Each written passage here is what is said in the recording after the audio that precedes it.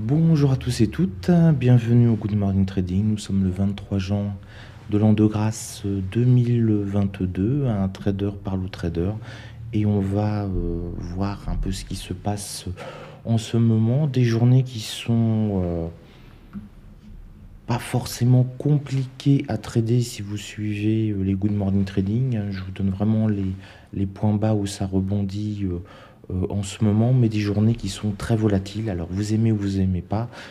Personnellement, je m'éclate, hein. Ce sont vraiment, je revis un petit peu. Là, j'ai l'impression que c'est ce qu'il me faut. Voilà, des marchés volatiles. Mais ce que l'on voit, c'est cette forme d'incertitude qu'ont les marchés.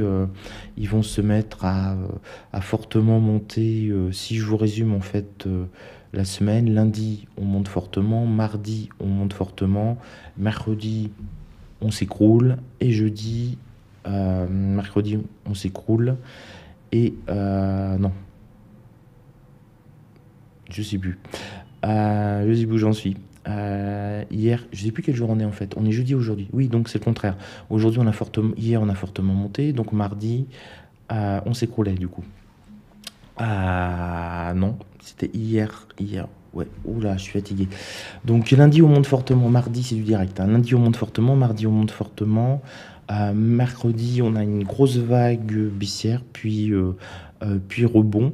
C'est pour ça que j'ai tenté notamment un day trading le matin, que j'ai sorti rien du tout dans l'après-midi. Après, je me suis mis à scalper intensivement. Je chantais bien le rebond, mais voilà, j'aurais dû garder mon day trading, ça aurait fait un carton. Mais bon, voilà, c'est comme ça. J'ai préféré me mettre à scalper intensivement. Donc les marchés sont mi-figue, mi-raisin, et c'est toujours l'éternel problème de la crainte d'une récession. Et hier, on avait donc Jérôme Powell qui répondait aux questions des élus américains, et il a fait cette déclaration très précise qu'on lui a demandé si le fait qu'il augmente les taux aussi vite, aussi rapidement, le bon effet, c'était d'essayer de casser l'inflation dans l'œuf le plus rapidement possible. Le risque, c'est un risque de récession. On a connu ça avec Alan Greenspan notamment. Et Jérôme Powell a répondu, la récession est, je cite, certainement une possibilité. Avec toute la subtilité diplomatique, ça veut dire qu'il dit que c'est certainement une possibilité. Vous voyez, on ne parle pas tout à fait comme ça habituellement. Donc il dit oui, c'est effectivement une possibilité dans le cycle, mais on va tout faire pour que l'économie américaine ne rentre pas en récession. D'ailleurs, il a précisé que ça n'était pas méchant et que son objectif était de détruire l'inflation, mais pas la croissance. Au niveau des banques, on a toutes les banques qui pondent des analyses, et elles vont toutes vers l'idée qu'on va aller vers la récession. On a eu la Deutsche Bank, Nomura, Goldman Sachs, et maintenant, hier, c'est au tour de Citigroup de prévoir une récession. Voilà, donc de toute façon, comme ils se recopient tous un petit peu entre eux, on va avoir de plus en plus de banques qui vont reprendre les analyses des banques, des autres banques, pour rester dans le même move, et vont dire oui, on risque d'avoir une récession. Très honnêtement, en tant qu'historien économiste, on n'en sait strictement rien. Parce que si on savait maintenant qu'on risquait une récession, ils agiraient totalement différemment. Je pense que ce qu'a dit Powell est finalement la meilleure chose. C'est possible que l'on ait une récession, mais personne ne peut prévoir l'avenir. Ça fait 50 000 ans que l'être humain existe, et qu'à preuve du contraire, personne n'a pu prévoir les 2 prochaines minutes. Si vous trouvez quelqu'un, vous me dites tout de suite, et je l'embauche pour qu'il gère mon argent. Parce que connaître la couleur de la prochaine bougie 2 minutes, c'est le rêve de tout trader. Mais voilà, on est dans une période tout simplement de risque. Ce qui est important, c'est que cette récession, si on commence à montrer un petit peu le bout de son nez, ils vont agir très vite. Ils vont peut-être faire un plan de relance, qui sait, des petits QE, qui sait au point où on en est. Et puis on part pour 10 ans de hausse non-stop, et le Dow Jones vaudra, je sais pas moi, 300 000 points, pourquoi pas. Ça va être compliqué pour les marges après, s'il vaut 300 000 points. Mais voilà, tout Tout est possible, donc il ne faut pas avoir d'inquiétude, puisqu'on ne sait pas ce qui peut arriver. Si on était sûr qu'il nous arrive quelque chose de mal, on pourrait s'inquiéter, mais là, on n'en sait rien, donc la seule chose qu'on sait, c'est qu'on va mourir. Mais vous vous inquiétez pas tous les jours de savoir que vous allez mourir. Et pourtant, c'est la seule et unique certitude que vous avez. Voilà, et que Martine va vous faire chier aujourd'hui au bureau, mais ça, ça fait partie de votre karma, hein, qu'est-ce que vous voulez. On attaque l'analyse technique, des statistiques, on va voir les PMI flash et les inscriptions au chômage américaines qui sont à surveiller, et c'est à peu près tout pour devant la Chambre des représentants. Il va relire le même discours, il va répondre aux mêmes questions, ça va créer normalement encore un peu de volatilité, mais moins qu'hier, puisque normalement, en 24 heures, il va dire exactement la même chose.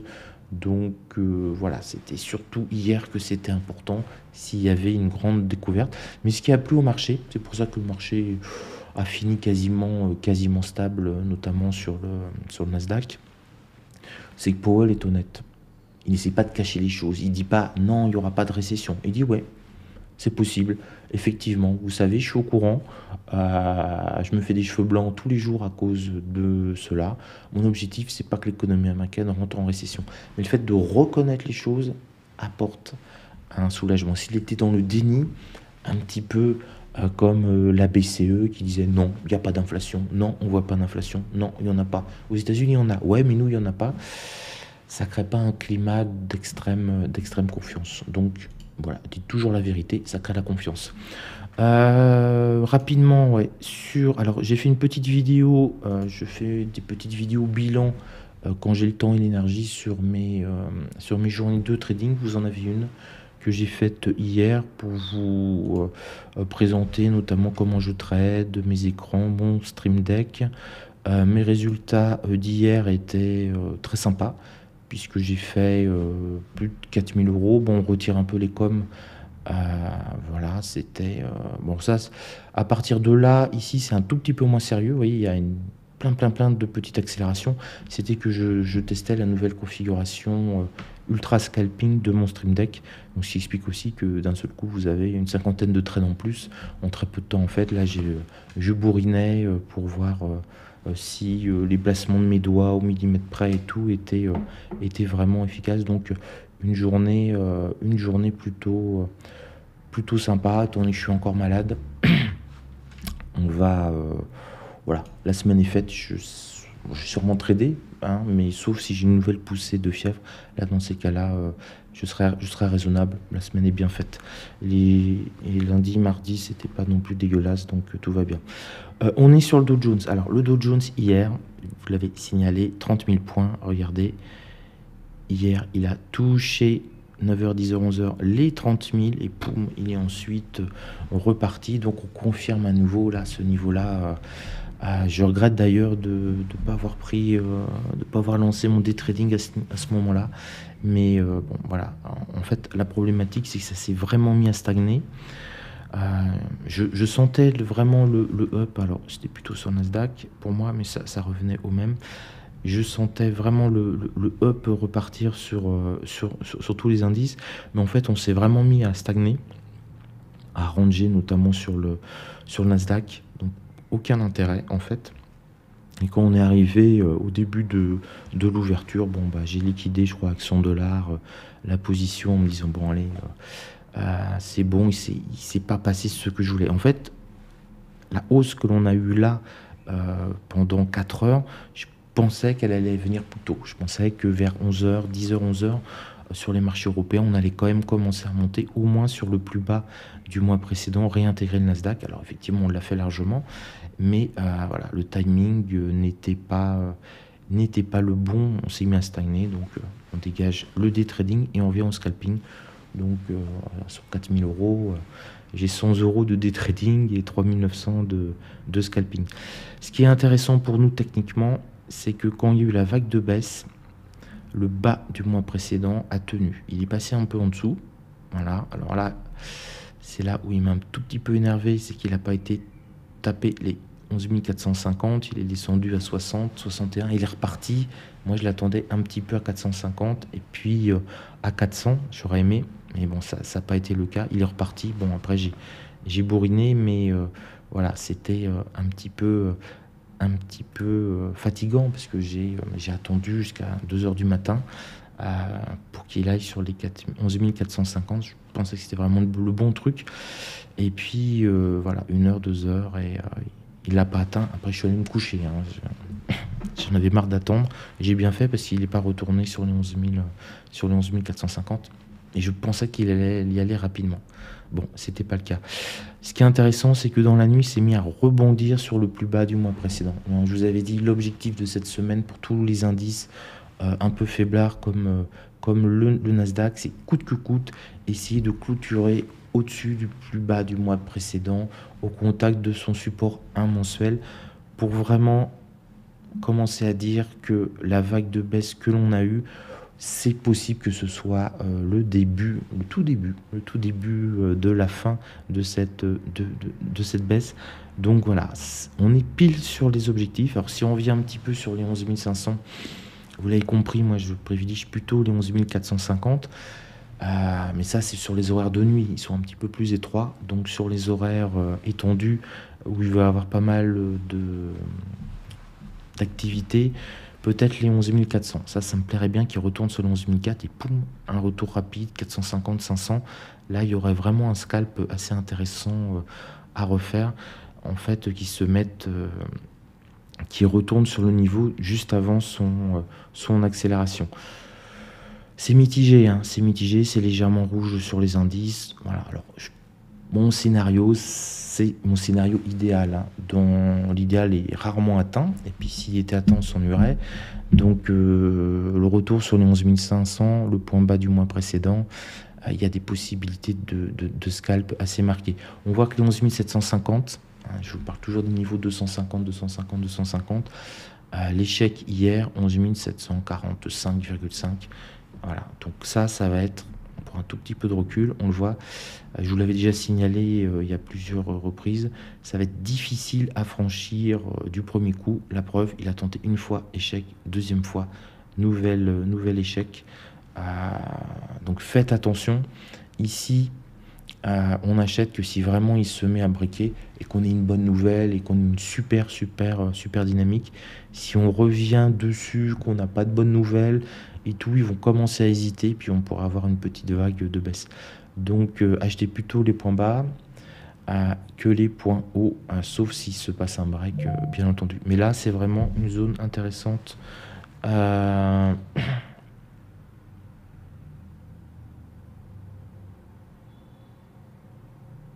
Hop, voilà. Je lui avais, je sais plus là, excusez-moi, je viens de lire un SMS important, je sais plus ce que je disais sur Nasdaq. Voilà, vous avez compris de toute façon, c'est bon. On passe au Dow Jones. Sur le Dow Jones, bon, si on vient sur les 30 000, ce serait chouette, mais ça me paraît un petit peu compliqué. Peut-être le point pivot S à 32 000, alors 250, un tout petit peu en dessous. Là, on aurait de quoi scalper. C'est une journée qui va être pas évidente, à mon avis, à trader. C'est pas l'emballement, on sent pas de nervosité comme hier sur les carnets d'ordre.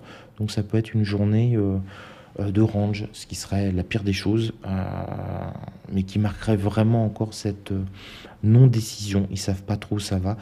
On pourrait avoir un petit a priori légèrement haussier quand on regarde paradoxalement les graphiques sur les 15 derniers jours. On voit qu'il y a une petite tentative de rebond, mais il faudrait vraiment qu'il se mette à breaker. Alors lui, c'est les 30 750 en force pour revenir son support à un mensuel. Je vous rappelle, le Dow Jones comme le Nasdaq, il faut absolument qu'il préserve son plus bas du mois précédent, voire qu'il retourne sur le support à mensuel. Et c'est pareil pour tous les indices américains. C'est vraiment, il faudrait que cette semaine soit quasiment une semaine de flat, tout simplement pour rassurer les marchés en disant bon, là on a atteint quand même un point bas, on a bien encaissé. En plus, Jérôme Powell nous a dit encore que la crainte de récession est tout à fait possible. Donc voilà, on a commencé à intégrer cela et on va pouvoir peut-être arbitrer sur un peu plus intelligemment sur des actions qui le méritent. Pour le CAC 40, bas du range, hein, bas, support de mensuel a tenu hier. Et vous voyez, on s'est mis à attendre. Et puis l'ouverture des marchés américains n'a pas propulsé énormément le CAC 40. Il aurait dû revenir au moins sur les 5950, voire les 6000 s'il avait eu la même dynamique. Donc là, heureusement que les États-Unis ont poussé hier. Si ce n'était pas le cas, ils cassaient. Hein. Ils cassaient le support de mensuel. Donc un a priori plutôt négatif ce matin sur le CAC 40. D'ailleurs, c'est l'un des indices qui perd le plus. Il n'a pas réussi à décoller alors qu'il était sur un putain de support 2 mensuel tout en bas de son range, tout en bas ou plus bas depuis mars 2022, donc au plus bas d'il y a 3 mois, ça commence à faire, et il n'a pas eu de réaction violente. Alors on va peut-être l'avoir aujourd'hui, je le souhaite, parce que c'est quand même plus facile quand il y a une hystérie acheteuse de gagner de l'argent. Mais là, il faut vraiment qu'il revienne sur les 6000 et qu'il passe cette zone-là, des 6050. Et là, bah, on le voit, il est un peu dépressif. Hein. Il a du mal. Hein. Donc, allez, on se bouge les fesses. Hein. On y retourne. Sur le DAX, bah, les 13 000 ont encore à nouveau fonctionné. Le bonheur, remonté. Il a repris plus de 150 points. Donc, top pour les traders sur le DAX. Mais on voit quand même que lui aussi, il y a une pesanteur européenne. Il y a encore un mois et demi, c'était l'Europe qui était la plus dynamique. Et là, pas du tout. On n'arrive pas à décoller. Les États-Unis rebondissent plutôt pas mal. Nous, on n'y arrive pas. Le DAX est quand même sous son plus bas du mois précédent. Il est loin du support à mensuel. Donc, ça va devenir compliqué. Si les 13 000 ne tiennent pas, on peut aller descendre très bas assez rapidement, aller au moins chercher, alors mon top ce sera les 12 750 parce qu'on passerait un petit peu sous le support de mensuel et puis on pourrait rebondir un peu, en tout cas en scalping ça pourrait être super propre et puis voir les 12 500 rebonds. Et ça pourrait être, si c'est dans la journée, ça pourrait être plus alors 500 points dans la journée, ça fait beaucoup, ça fait 4%, pourquoi pas. J'y crois pas du tout, hein, mais je vois les possibles. Et dans ces cas-là, en fin de séance américaine, il y aura une possibilité de rebond pour essayer de revenir sur le support de mensuel. Et là, il y aurait dans ce scénario-là idéal, forte baisse en Europe le matin, maintenue par les États-Unis une grande partie de l'après-midi, rebond aux États-Unis vers 20h ou 21h, plutôt 20h, ce serait pas mal qu'il y ait 2 heures de rebond, et là on peut reprendre de 250 points, tout en gardant le pessimisme européen ambiant. Mais franchement, regardez ça tire la gueule. Hein. Ça, c'est votre femme le matin qui tire la gueule. Et vous savez que vous devez surtout pas l'ouvrir parce que vous savez pas ce que vous avez fait, mais vous avez fait un truc qui est pas bien, c'est clair. Donc là, c'est le signal. Se mettre à acheter en Europe, moi, ça me donne pas du tout envie. Ni sur le DAX, ni sur le CAC 40. L'Eurostock 50, c'est à peu près la même chose. Par contre, des achats un peu plus ciblés sur le Nasdaq et sur le Dow Jones, si on a un petit reflux et qu'on rebondit, ça me paraît beaucoup plus propre. Je suis malade, donc je vais arrêter là parce que je commence à avoir du mal à respirer, hein, c'est lié à ma bronchite. Je vais basculer pour la version premium pour les gens de mon école. Vous me laissez juste 5 minutes, le temps de reprendre mon souffle.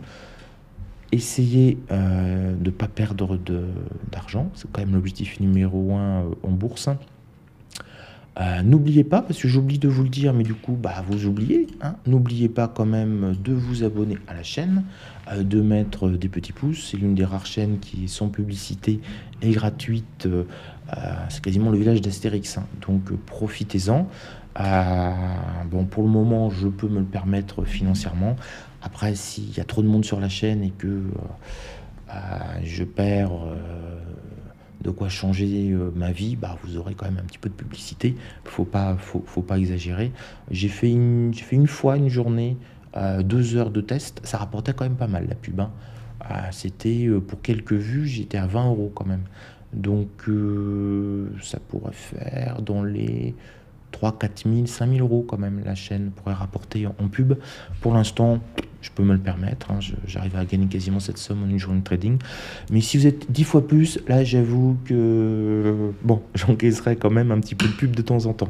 Pour l'instant, profitez-en, je vous en fais 3. Et puis plein de bonnes choses, prenez votre temps, hein, je crois que c'est la chose la plus importante en bourse, c'est prendre le temps. Je vous en fais 3, ça va faire du bien.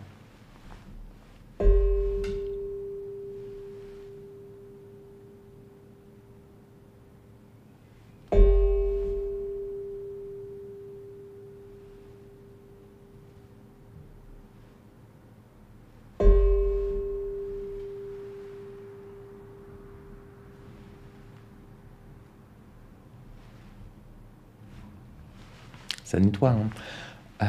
N'hésitez pas à me dire si vous l'avez entendu, puisque j'ai changé de micro, puisque mon micro casque a celui-là. Enfin, c'est pas celui-là, hein, j'en ai. Quand j'aime les choses, j'en ai plusieurs. Ce micro casque, je l'utilise plus. Notamment, j'en ai un qui s'est cassé. Donc celui-là, je l'utilise juste pour les coachings. Donc du coup, j'en avais que 2, j'y touche plus. Donc là, j'ai remis un micro. On va lui refaire de la pub. C'est les fameux micros Shure. Voilà. Et je suis même pas sûr de prononcer avec mon accent catastrophique. Sur ce, je vous embrasse, portez-vous bien. On se retrouve demain matin pour le Good Morning Trading classique. Et dans 5 minutes à 8h30 pour les gens de mon école de Good Morning Trading Premium. J'ai fait les tests, ça marche, hein. Portez-vous bien, ciao.